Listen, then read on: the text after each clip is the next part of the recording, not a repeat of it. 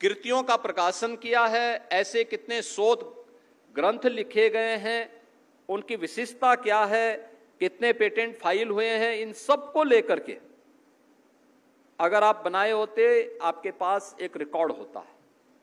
75 वर्ष की यात्रा में कम से कम इस कार्य को अलग अलग विभाग अगर उन 75 वर्षों के पूरे कार्यक्रमों को लेकर के आगे बढ़ सकेंगे तो आने वाली पीढ़ी के लिए वह एक संग्रह होगा।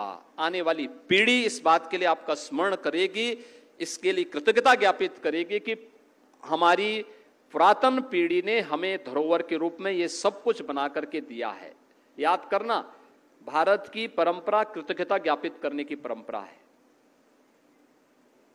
हम गुरु पूर्णिमा का आयोजन इसलिए करते हैं क्योंकि भारत की ज्ञान की धरोहर को कृष्ण द्वैपायन व्यास ने संगीता के माध्यम से हमें सजो करके दे दिया, उन्हें लिपिबद्ध करके हमें दे दिया। अब श्रवण परंपरा नहीं, हमारे पास लिपिबद्ध परंपरा है, एक संगीता के रूप में है।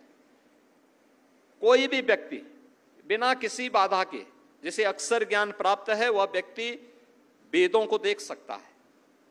प्राप्त था, वहां की पीढ़ी को यह सौभाग्य नहीं प्राप्त था।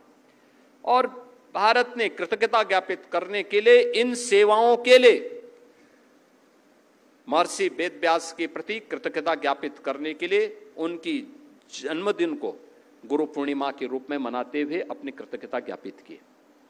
यह है भारत की परंपरा।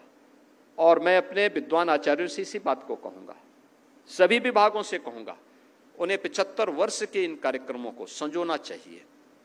क्या हुआ था, विश्वविद्यालय की स्थापना के समय कितने विभाग थे, कब कब कौन विभाग प्रारंभ हुए थे, किन किन आचार्यों ने अपना योगदान दिया था, उनका कोई विशिष्ट योगदान है, किस किस विभाग से निकले हुए छात्र जीवन के अलग अलग क्षेत्र में, समाज जीवन के अलग अलग क्षेत्र में जाकर के अपनी सेवाएं प्रदान कर रहे हैं और राष्ट्र की प्रवर्तमान विकास की इकाई कार्यक्रम में उनकी भूमिका क्या है, ये सभी का उल्लेख करते हुए अगर आप आगे बढ़ पाएंगे तो विश्वविद्यालय की वह एक धरोहर बनेगी। विश्वविद्यालय के पास आने वाली पीढ़ी को बताने के लिए सभी कुछ, आज के समय में तो हम डिजिटल युग में रह रहे हैं, सभी कुछ डिजिटाइज आप करके रख देंगे तो दीमक लगने का भी भय नहीं होगा। उसमें क्लाउड में सबको आप सुरक्षित कर सकते हैं, कहीं कोई समस्या नहीं है।